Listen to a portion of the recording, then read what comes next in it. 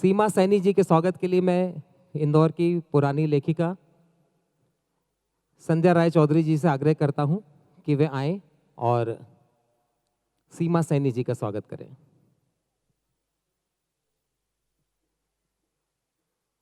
जोरदार तालियों से स्वागत करें। सभी अतिथियों को, लिट चौक को और सभी का मैं आभार व्यक्त करना चाहती हूँ क्योंकि मुझे ये मंच देकर मुझे सम्मानित किया गया है, उसके लिए बहुत बहुत तहे दिल से शुक्रिया। और राजशेखर जी, आपका स्वागत है। मुझे एक बात बहुत अच्छी लग रही है कि हम दोनों के बीच में एक बहुत अच्छी कॉमन बात ये है कि हम दोनों के बीच में एक ब्रिज है, गीत का ब्रिज है, एक सेतु है जो हम दोनों को बहुत अच्छे से जोड़े हुए है। तो आज के सेशन में मज़ा मुझे बहुत आने वाला है, आप लोगों को भी आएगा। हम लोग बढ़ेंगे गीतों के सफ़र में राजशेखर जी के साथ। तो राजशेखर जी, थैंक यू मैम। आप मुझे ये बताएं, आपका सफ़र जो शुरू हुआ था 2011 में, तनु वेट्स मनु, वीरे दी वेडिंग, तुम्बाड़, आपने बहुत सारी बड़ी बड़ी फिल्मों में बहुत अच्छे अच्छे गाने लिखे हैं। तो मैं पहले एज अ लिरिसिस्ट में ये जानना चाहूँगी कि आपका जो सफ़र शुरू हुआ मुंबई का, उसमें सबसे पहले तो ये परेशानी आती है कि इंसान को पता नहीं होता है कि उसे ज़िंदगी में यही करना है। तो आपको ये कब पता चला कि आपको एक लिरिसिस्ट बनना है, आपको गीतों की तरफ जाना है? कैसे आपको पता चला और आपने फिर उस तरफ कदम बढ़ाया? दरअसल अभी तक पता नहीं है कि क्या करना है, बस सच में। मेरे बड़े भाई सुबीर भाई साहब हैं यहाँ पे, पंकज, विमल भाई, गौतम सर है ना। आप लोग दूर क्यों हैं इतने? थोड़ा सा ये बीच में ये खंभा आ रहा है, दिखते नहीं है अच्छे से। आई कांटेक्ट रहेगा तो ज़्यादा अच्छा लगेगा। अब दिक्कत ये है कि ये लोग ना बहुत पहले से जानते हैं तो बहुत खुल के झूठ भी नहीं बोल सकते हैं यहाँ पे। तो दरअसल हमको नहीं पता था कि हमको क्या करना है जी। बिहार से हैं और इसका एक और वो है कि बिहार से हैं, श को स, फ को फ और नुक्ते अपने हिसाब से लगाते हैं, तो थोड़ा आप लोग एडजस्ट कीजिएगा उस बात को। वो तो ब्यूटी है सर, वही तो ब्यूटी है। तो जैसा कि अक्सर बिहार में IAS IPS पाए जाते हैं, हमारे पिताजी की भी इच्छा थी कि हम वैसा कुछ करें, पर सीधे ना जाएं, इंजीनियरिंग करके, मतलब डबल क्वालिफिकेशन हो तो अच्छा है। पर 12वीं में हमको समझ में आ गया कि ये A+B² जब सुनते थे तो हमको लगता था A for Akhil, B for Babita, इस तरह का ख्याल, अपने कहानी हम बुनते थे दिमाग में इस तरह से। तो कहानी बुनते बुनते गीतकार। फिर दिल्ली यूनिवर्सिटी आ गए, वहाँ नाटक करने लगे। नाटक करने के बाद बॉम्बे आने का कोई इरादा था नहीं, मगर मेरे सारे दोस्त जो थे वो बॉम्बे आ गए थे। और दोस्तों के बिना वो शहर, जो कि बहुत प्यारा लग रहा था, पर दोस्तों के बिना वो शहर अचानक से लगा कि ये अपना शहर नहीं है। तो दोस्तों के पीछे पीछे हम बहकावे में आ गए बॉम्बे। सच में ये कुछ पता नहीं था कि क्या करना है, कहाँ जाना है। और उसके बाद हम यहाँ पे बतौर असिस्टेंट डायरेक्टर काम करने लगे, और हम दावे के साथ कह सकते थे कि दुनिया के सबसे वाहियात असिस्टेंट डायरेक्टर हम थे। हम सिर्फ गालियां सुनते थे। मैं और हमारे एक दोस्त है हिमांशु शर्मा, हम लोग जब शाम में लौटते थे बस से घर, तो पहले तो पूछते थे कितना, तो कहता 22, हम 23। तो ये बेसिकली एक नंबर था कि आज कितनी बार डांट पड़ी। बाद में पूछना भी कितना भी नहीं पूछते थे, ऐसे इशारा खुद ही बोल देते थे हम लोग। पर फिर लगा कि नहीं यार, किसी चीज में तो अच्छे होंगे। तो आपने जैसे बताया कि आप थिएटर से हैं, आपने कभी सोचा नहीं आपको एक्टिंग करनी है मुंबई में? ये आया कठिन सवाल। नहीं नहीं, मतलब नहीं लगा कभी। नहीं लगा? कभी नहीं लगा। लेकिन जैसे पर मैं एक बात आपको बताता हूँ। दरअसल एक गीतकार कम से कम मुझे लगता है कि वो एक तरह से किरदार को निभा रहा होता है, वो जी रहा जी, होता है। मैं यही कहने वाली थी कि अभिनय अगर आप जैसे एक्टिंग में है तो वो कहीं ना कहीं आपको अभिव्यक्ति का और ज़्यादा ज़रिया खोल देता है और ज़्यादा अभिव्यक्ति उससे हमें अगर एक अच्छा राइटर है तो वो एक अच्छा एक्टर होगा ही, उसके अंदर एक अच्छा एक्टर होगा ही। तो पता नहीं, हाँ हम हो आगे सकता है। आगे बढ़ते हैं सवाल में। आपने अभी कॉलेज की बात की, तो कॉलेज लाइफ में आपके एक्सपीरियंस कैसे थे? कॉलेज में कभी ऐसा हुआ कि आपके दोस्तों ने कहा कि यार तुम बहुत अच्छा लिखते हो, ज़रा एक लव लेटर लिख दो, एक पोयम लिख दो हमें? बहुत बार। किया आपने? हाँ, एक बार हुआ, एग्जाम का वक्त था, किसी ने कहा कि मार्च का महीना, अचानक से रोमांस पता नहीं कहाँ से हवाओं में आ जाता है। एक दोस्त ने कहा कि भाई एक चिट्ठी लिख दे, मैंने छोटी सी एक चिट्ठी लिख दी। अगले दिन एक और दोस्त आया, उसने भी कहा कि चिट्ठी मुझे तो याद ही थी वो बात कि क्या क्या लिखना है। एक आध जगह सिर्फ नाम बदल के बाकी सब कुछ वैसा ही लिख दिया। बाद में दोनों आए मेरे पास, दरअसल उस दोनों ने एक ही लड़की को चिट्ठी दी थी, ये कह के कि ये हमारी चिट्ठी, हम अपने दिल की भावना व्यक्त कर रहे हैं तुमको। तो ये हुआ है। सही है। मुझे ये बताइए कि असिस्टेंट डायरेक्टर जब आप थे तो आप कोई भी काम, जैसे आपने कहा कि वो मेरा सबसे बुरा काम था, आपको ऐसा लगा, बट एक्सपीरियंसेस हमेशा काम आते हैं आगे। तो वहाँ से कुछ एक्सपीरियंसेस ऐसे हों जो आपको आगे जब आप लिरिसिस्ट बन गए तो वो एक्सपीरियंसेस आपके काम आए, वो किरदार कहीं ना कहीं आपके शब्दों में, आपके गीतों में हो, ऐसा हुआ? मतलब बहुत नया सवाल है, हम कभी सोचे नहीं थे इसके बारे में, तो इसीलिए। पर हाँ, कहीं ना कहीं मतलब एक असिस्टेंट डायरेक्टर की तरह जो आप सेट पे होते हैं, जब आप 4-5 फिल्मों के पार्ट होते हैं, देखते हैं कि किन जगहों पे डायरेक्टर जो है वो एक क्लोजअप लगा रहे हैं, या कहाँ पे वो एक लॉन्ग शॉट ले रहे हैं, या कहाँ पे कट हो रहा है। तो मुझे नहीं पता कि कैसे वो डायरेक्टली मुझे फ़ायदा पहुंचा रहा है, पर समहाउ कई बातें बेहतर मुझे लगता है कि मैं समझ पाता हूँ। वो एक्सपीरियंस कहीं ना कहीं कुछ फ़ायदा करता होगा शायद। तो काउंट होता होगा जी। अच्छा, ये मेरा पर्सनल क्वेश्चन है एज अ लिरिसिस्ट। जैसे हमारी फील्ड में क्या होता है कि ट्यून बनता है, फिर हम गाने लिखते हैं। कभी कभी हमारे गानों पे ट्यून बनाई जाती है, तो कभी आपको ये लगा कि ट्यून कोई ऐसी आ गई और आपको लगा ये तो बहुत ज़्यादा कठिन ट्यून है, मुझे इसका मीटर समझ में नहीं आ रहा है, और आप उलझ गए हो? कभी हुआ ऐसा? तो तनुविट्स मनु में थैंकफुली सारे गाने जो हैं वो मैंने पहले लिखे थे, चाहे वो रंगरेज हो या कितने दफ़े हो या जो भी। अच्छा, उसके पहले लिरिक हुआ था, पहले उसके पहले बाद धुन पहले लिरिक्स लिखे थे और उसके बाद उसकी धुन बनी। पर बाद के दिनों में जो गाने आए उसमें पहले धुन बनी थी। तो यहाँ पे जो हमारे बहुत सारे दोस्त हैं जो कि शायद नहीं पता होगा कि फिल्मी गानों में 2 तरीके से काम होता है। कई बार आपको आप पहले कुछ लिखते हैं और वो आपको लगता है कि किसी सिचुएशन पे बैठ जाए तो आप डायरेक्टर को अप्रोच करते हैं, या इस तरीके से होता है, या आपको कोई सिचुएशन दी जाती है और आप उस पर लिखते हैं। पर ज़्यादातर बार ऐसा होता है कि आपको एक धुन दी जाती है, वो धुन, उस धुन के हिसाब से आपको वहाँ पे अपने शब्द जो हैं वो फिट करने होते हैं। तो ज़्यादातर बार अब ऐसा यही हो रहा है। और जैसे तुम्बाड का गाना था, जो तुम्बाड का टाइटल ट्रैक है, जी।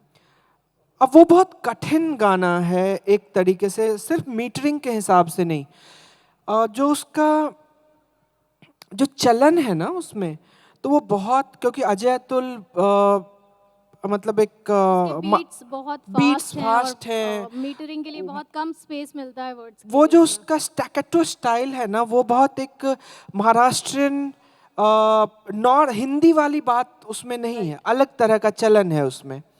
एक तो वो दिक्कत थी। दूसरी दिक्कत ये थी कि फिल्म जो है वो 1930 के आसपास हाँ, में वो सेट थी vintage, फिल्म वो। ये look था तो उसका। भाषा को लेके बहुत वो था कि कौन सी भाषा रखें उसमें। तो मुझे ये कहा गया था कि इसमें कुछ संस्कृत जैसा रखते हैं, तो मैंने कहा संस्कृत तो मैं नहीं जानता हूँ लिखना, बट मुझे ये बात समझ में आई कि वो क्या चाह रहे हैं। वो दरअसल कुछ ध्वनि चाह रहे थे।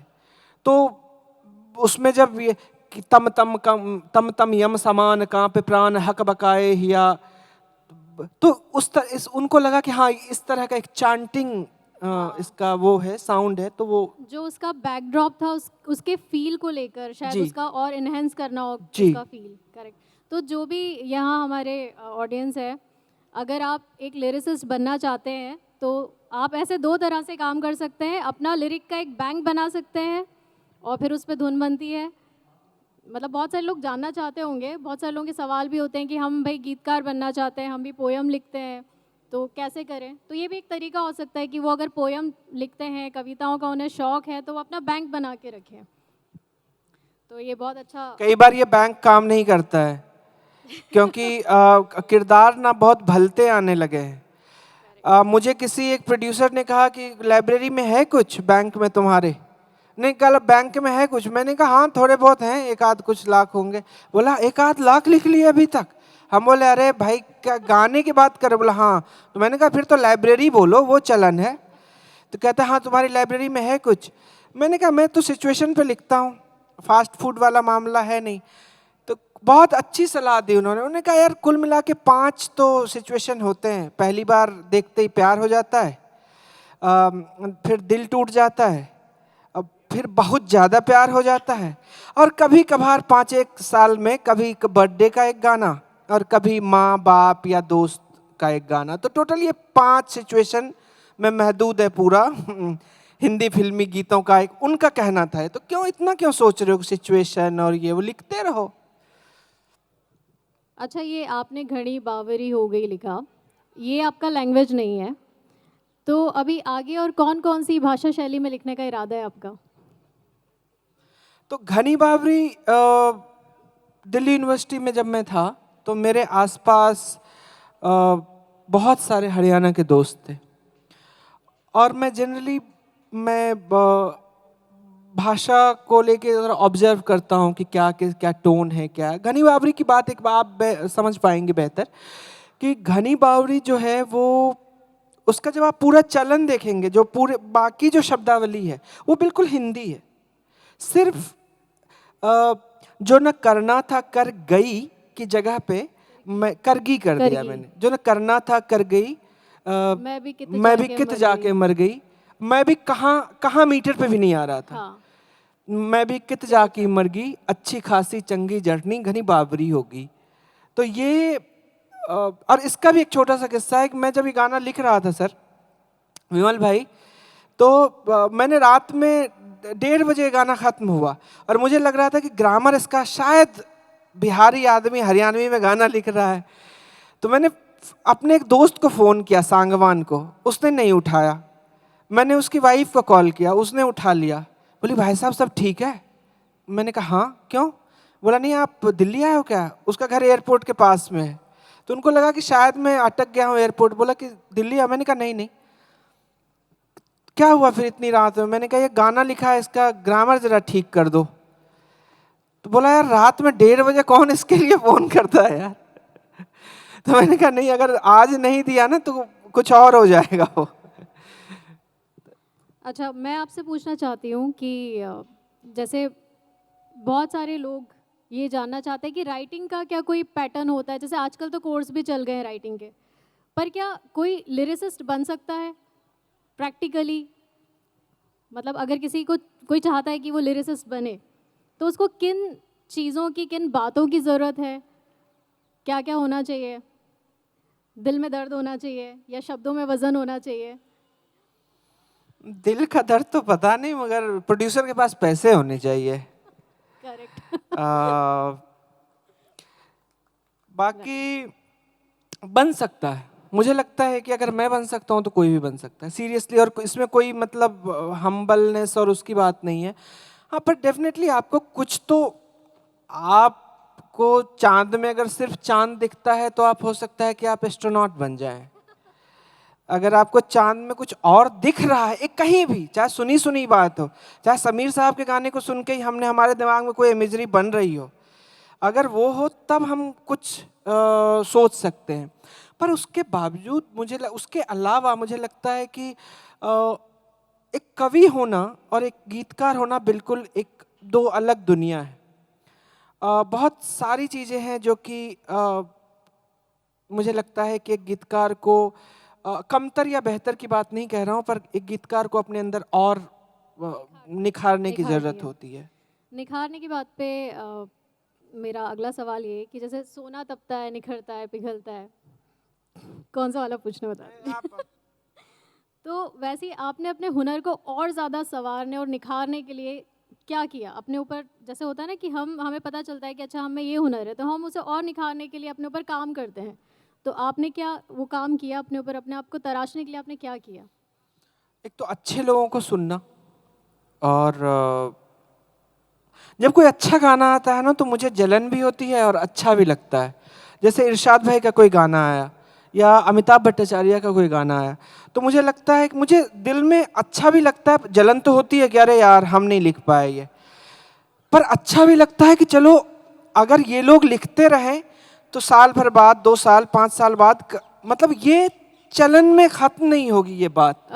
मैं यहाँ पर कन्फेस करना चाहूँगी इसी बात से कि आपका जब क्या कहें जाने दे आया था, तो मैं कम से उसे लूप पे लगा के सुनती थी और मैं बार बार ये सोचती थी मैंने क्यों नहीं लिखा ये तो ये होता है। Thank you. अ, तो बहुत- मुझे लगता है एक तो ये आसपास में सुनना पड़ता है बहुत कि जी। क्या है, मास्टर्स को सुनना पड़ता है, शैलेंद्र ने क्या लिखा। जैसे एक बहुत अच्छी बातचीत है, जावेद साहब की बातचीत है साहिर पर, वो बात सुननी चाहिए कि कैसे साहिर एक बहुत आम से सिचुएशन पे कैसे वो नेचर को ला करके उस गाने को कैसे बड़ा कर, या बहुत सारी चीज़ें। जैसे ताजमहल को जिस तरीके से साहिर ने देखा, ताजमहल वैसा मुझे लगता है उस लोकेशन से किसी ने देखा ही नहीं ताजमहल को, कि एक शहंशाह ने बनवा के हंसी ताजमहल, हम गरीबों के मोहब्बत का उड़ाया है मजाक। अब ये बात सिर्फ ये गाना सिर्फ अप्रिसिएशन की बात नहीं है। ये गाना जब मैं सुनता हूँ तो मुझे लगता है कि यार मैं क्या नया एक कोई बात कह सकता हूँ, ढूंढ सकता हूँ। करेक्ट। लिरिक में, गानों में सिर्फ रैमिंग ही नहीं होना चाहिए, एक थॉट होना चाहिए, और मतलब आप उन 2 लाइन में या 4 लाइन में अपनी पूरी बात कह जाएं, तो ये ख़ास बात होनी चाहिए लिरिक्स जी। में जो आपके गानों में होती है। मैंने ये भी नोटिस किया है कि आपके गानों में जो शब्द होते हैं वो बहुत चुने हुए होते हैं। जैसे अपना रंगरेज में मेरा फागन तू, मेरा सावन तू, बहुत मतलब बहुत प्योरिटी से आप उन शब्दों का चयन करते हैं। इस पे भी आप सोचते हैं, काम करते हैं कि मुझे शब्द नए लाने हैं? नहीं, तब तो पता ही नहीं था कुछ, वो तो पहला गाना था। हाँ। कुछ आता ही नहीं था, गणित मतलब कुछ समझा ही नहीं था, मीटर क्या होता है नहीं पता था। वो ये एक बहुत दिलचस्प किस्सा है। तो हम बतौर असिस्टेंट डायरेक्टर जब काम करते थे तो वही बताया मैंने, बहुत गालियाँ पड़ती थी। तो हमारे डायरेक्टर साहब ने कहा कि भाई तुम गाना क्यों नहीं लिखते। तो मुझे लगा कि शायद वो कह रहे हैं कि भाई शायद कोई उनको प्रतिभा नज़र आ गई होगी। तो मैंने कहा कि भाई आपको क्या लगता है कि मैं अच्छा लिख सकता हूँ? बोला नहीं, मुझे लगता है इससे अच्छा काम तो कुछ भी कर सकता है।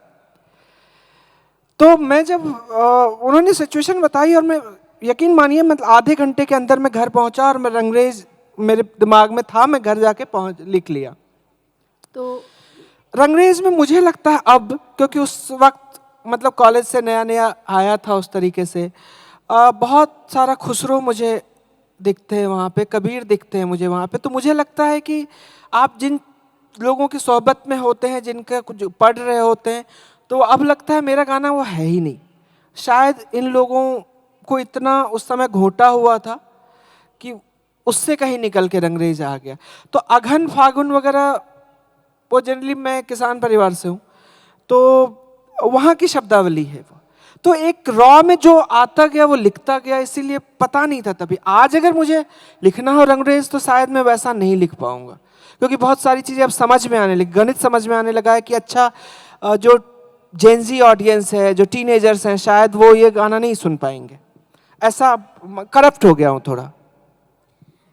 अच्छा, मैं जानना चाहूँगी कि आपके जो गाने हैं उनमें आपका पसंदीदा गाना कौन सा है, और जो दूसरे संगीतकार हैं, गीतकार हैं, लिरिसिस्ट हैं, उनमें आपका पसंदीदा गाना कौन सा है? अरे बाप रे, ये बहुत मुश्किल काम है ये। दोनों ही बहुत मुश्किल काम है। अच्छा ठीक है, आपका Audience फेवरेट बोल लेते आपका हैं। फेवरेट लिरिसिस्ट कौन है? अभी या ऑल टाइम? दोनों दोनों दोनों टाइम में बताओ। शैलेंद्र, शैलेंद्र, अरे वाह। साहिर, शैलेंद्र, मजरूह और गुलजार। क्या बात है। और अभी में इन चारों के अलग कारण हैं क्यों, कभी और बात करेंगे, बट ये इन चारों लोगों को बहुत सुना है। और अभी के दो लोग हैं जिनके काम का मैं इंतज़ार करता हूँ, इरशाद कामिल और अमिताभ भट्टाचार्य। गाहे बगाहे और भी लोग बहुत अच्छा लिखते हैं, बट कंसिस्टेंसी के साथ जिन दो लोगों का इंतज़ार रहता है कि अब क्या नया शगुफा लाएंगे ये, वो इरशाद कामिल और अमिताभ भट्टाचार्य। तो अभी आगे आप किन के साथ काम करना चाहते हैं? ख्वाहिश आपकी किन के साथ काम करने की है? अब ए आर रहमान कौन नहीं बोलेगा। ए आर रहमान तो है ही। इसके अलावा मुझे लगता है कि पता नहीं, मुझे रॉकस्टार जैसा कोई किरदार मिल जाए तो अच्छा है। मतलब जो कि आपको खरोचे, कहीं कुछ ले जाए, कुछ एक ऐसा जो कि रिप्लेसेबल ना हो, आपका एक कोना ले जाए कोई। मुझे लगता है कि इरशाद भाई आज है नहीं, वो चले गए। कल वो यहाँ पर थे। मुझे लगता है कि जरूर उनका कोई हिस्सा एक चला गया होगा जो कि अभी तक भर नहीं पाया होगा, मुझे ऐसा लगता है। जब कोई लिखता है कि रंग बिरंगे वहमों में मैं उड़ता फिरूं, या जो भी मैं कहना चाहूँ बर्बाद करे अल्फाज मेरे, या तो मुझे लगता है कि आपका एक हिस्सा चला जाता है हमेशा के लिए। वो एक अलग ही फील है। तो मुझे लगता है वो कोई उस तरह का चाहिए लिखने के लिए। वो वैसा किरदार चाहिए जो कि पागल कर दे, मतलब ऐसा मन करता है। कभी आपको अपना कोई गाना लिखने के बाद ऐसा लगा है कि ये मैंने नहीं लिखा है, ये मैं नहीं हूँ? मतलब खराब में? नहीं, अच्छे में। मतलब लिखने के बाद ऐसा लगा कि यार ये शायद कोई और है जो मेरे अंदर आता है और मुझसे लिखवा देता है। कभी ऐसा फील हुआ? रंगरेज मुझे अब लगता है मेरा गाना नहीं है। सच में मुझे लगता है कि मेरा गाना नहीं हो गया, पता नहीं कैसे। और इसलिए मतलब वो मतलब बड़ी बात नहीं कर रहा हूँ, बहुत बड़ा गाना, पर मुझे पर्सनली लगता है मेरा गाना नहीं है। दूसरा भी है जो कि लगता है, वो एक गाना है तनु वर्स मनु रिटर्न्स में, मत जा रे। वो पता नहीं, हमको नहीं अच्छा लगता है वो गाना। वो हमको तब भी अच्छा नहीं लग रहा था, मगर पैसे अच्छे मिल रहे थे तो हमने कहा लिख लेते हैं। नहीं, आपके सारे गाने मुझे बहुत पसंद है। Thank you ma'am. आपका खुद का फेवरेट कौन सा गाना है? अभी प्रमोशन कर देता हूँ, मीनाक्षी सुंदरेश्वर फिल्म आई है, उसके सारे गाने बहुत कमाल हैं। मुझे भी अच्छे लगते हैं, सुनिएगा आप लोग। आप उसमें से अभी किसी के बोल तो रिवील नहीं कर सकते होंगे। हाँ, आ गए फिर, आ गए ना, तो एक कुछ सुना दीजिए ना। एक गाना है रत्ती रत्ती रेजा रेजा। जाना अगर है तो जा, मुझे कुछ नहीं कहना। जाना अगर है तो जा, मुझे कुछ नहीं कहना। सर अपने गाने को नहीं खराब करेंगे। वैसे नहीं, आप विमल भाई का लिखा हुआ गाना गाएंगे। आपको गाना तो पड़ेगा थोड़ा सा, क्योंकि एक लिरिसिस्ट एक सिंगर भी होता है। म्यूजिक डायरेक्टर को बताना पड़ता है गा के कि नहीं ये मीटर में है। मैम मैं ये गलती कभी नहीं करूंगा। जाना अगर है तो जा, मुझे कुछ नहीं कहना। क्या ही लड़ें, क्या ही कहें, जब प्यार ही न रहा। रत्ती रत्ती रेजा रेजा, जो है तेरा ले जाना।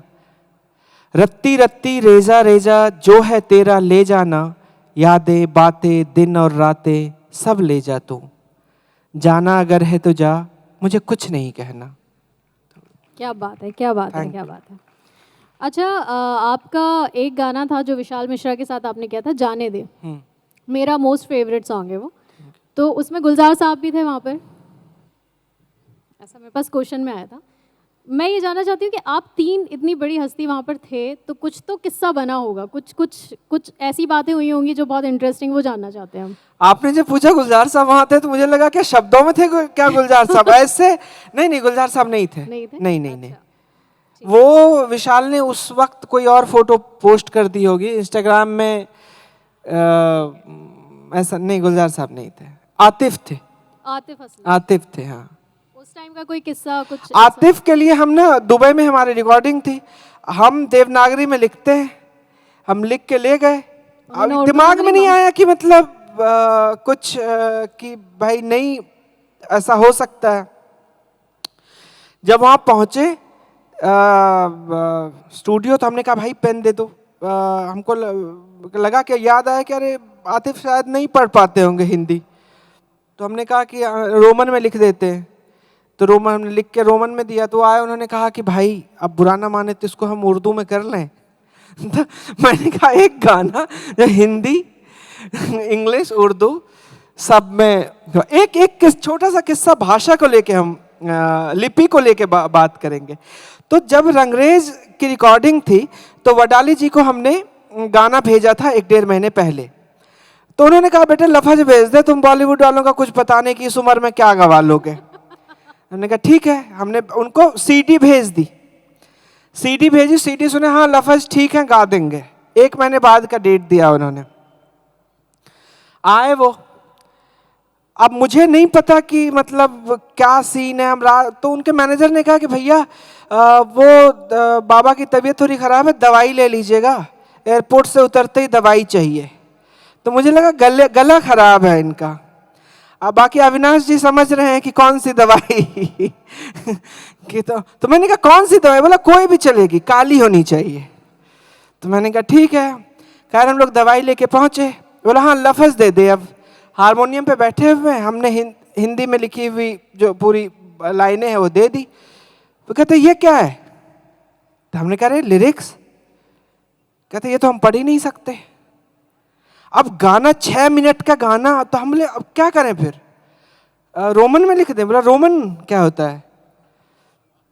हम कहे भाई किस, हमने उर्दू। बोला नहीं गुरमुखी।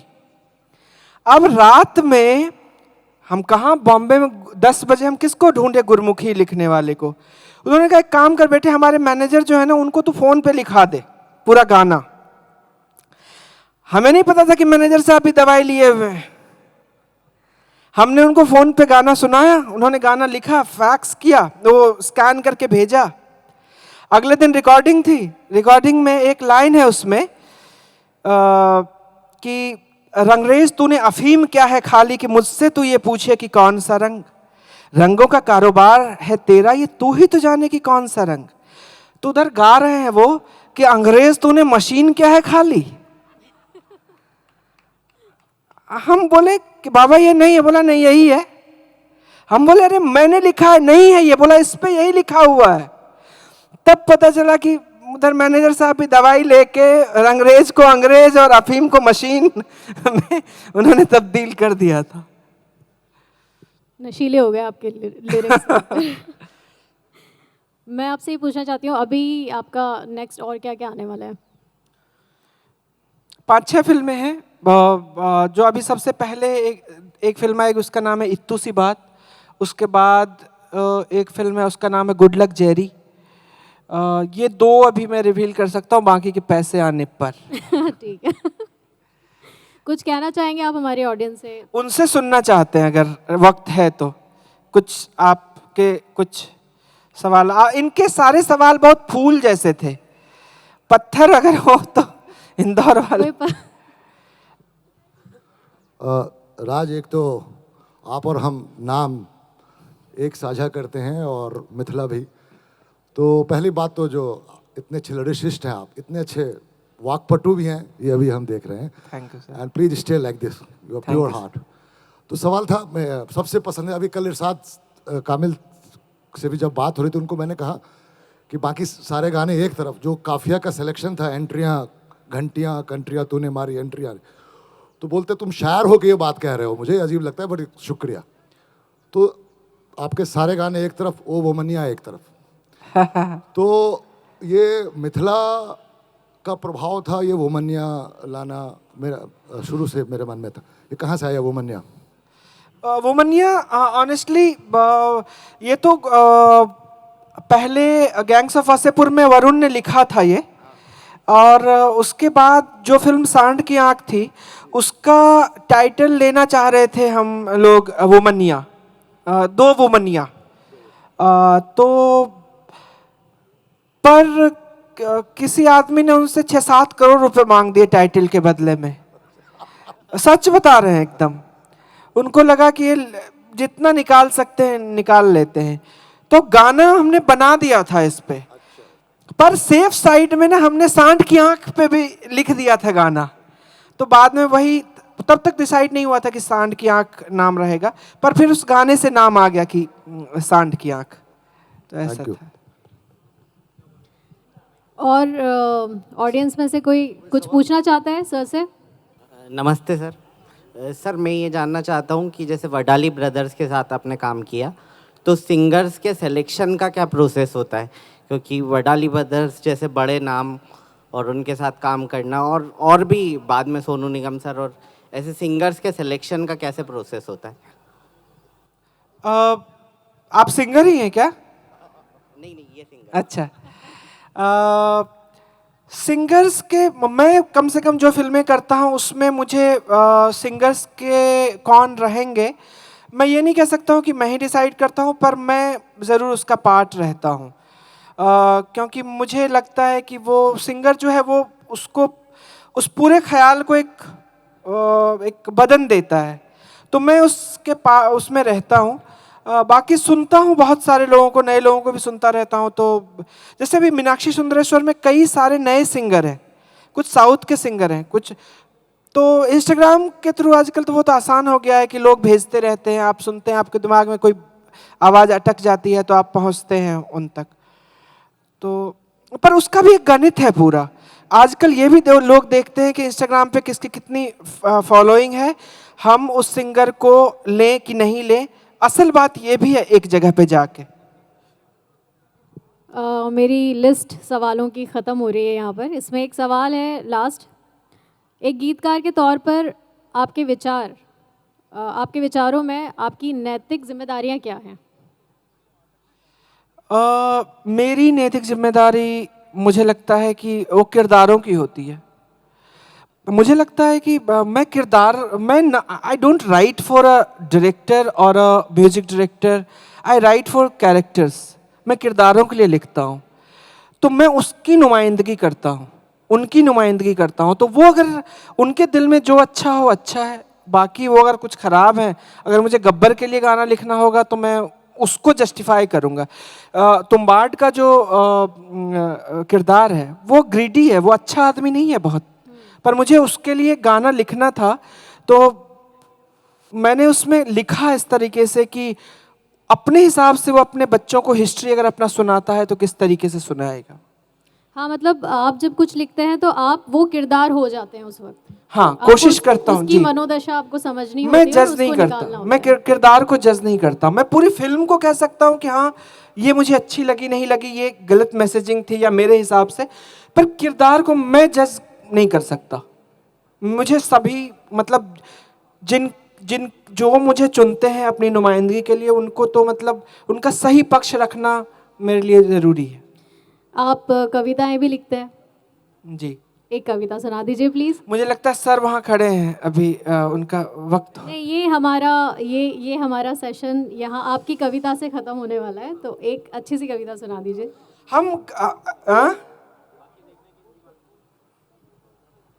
वो बोल रहे हैं 1 घंटा नहीं हुआ है अभी। हम गाने ही सुनाते हैं, मतलब बोल के, वही कविता है मेरी।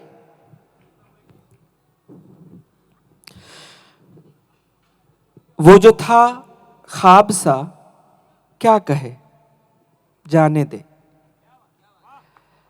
वो जो था ख्वाब सा क्या कहे जाने दे, ये जो है कम से कम ये रहे कि जाने दे। क्यों न रोक कर खुद को एक मशवरा कर ले, मगर जाने दे।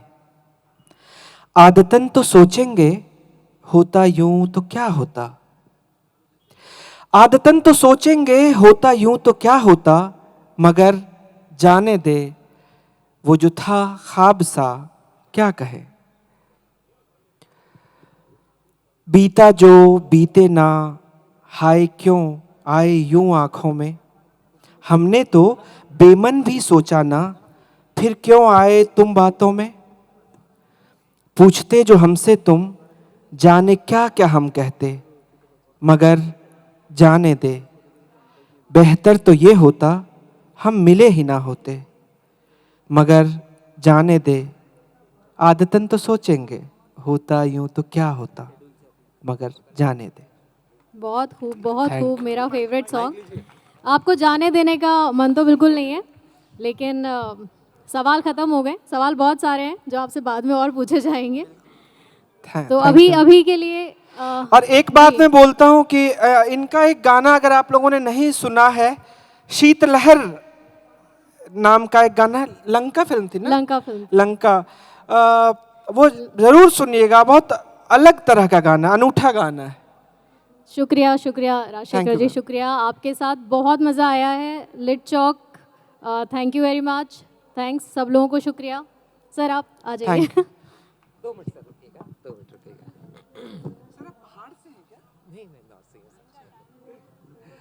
ये कमाल का सत्र था, कहना ना होगा सर, आपने दिल जीत लिया। आपकी मासूमियत और आपकी जो आपने विचारों में जो ईमानदारी दिखाई है वो कमाल की। मैं चाहता हूं जोरदार तालियां। सर ने अपनी एक एक चीज जो लोग छुपाते हैं वो एक एक करके बताई है, कहां कहां पर उन्हें क्या क्या असफलताएं मिली, और ये कमाल की चर्चा आपने की। सीमा जी, आपने बहुत अच्छे प्रश्न पूछे हमारे, और सर ने आपने क्या जवाब दिए हैं, अद्भुत। हम सब आपके मुरीद हो गए, आपके गानों के मुरीद तो हम थे ही, अब पर्सनल आपकी बातचीत करने की शैली के मुरीद हो गए। मैं बहुत जल्दी से बुलाना चाहूंगा हमारे बहुत ही कर्मठ चेतन जोशी जी और वाणी अमित जोशी जी को कि वे मोमेंटो प्रदान करें। मोमेंटो के रूप में इंद्रनील मजुमदार द्वारा बनाया गया एक पोर्ट्रेट है जो यहीं पर बनाया गया है, और एक किट है जो सीमा सैनी जी को प्रदान की जाएगी लिट चौक की ओर से। बहुत दुबला बनाया है। बहुत अच्छा।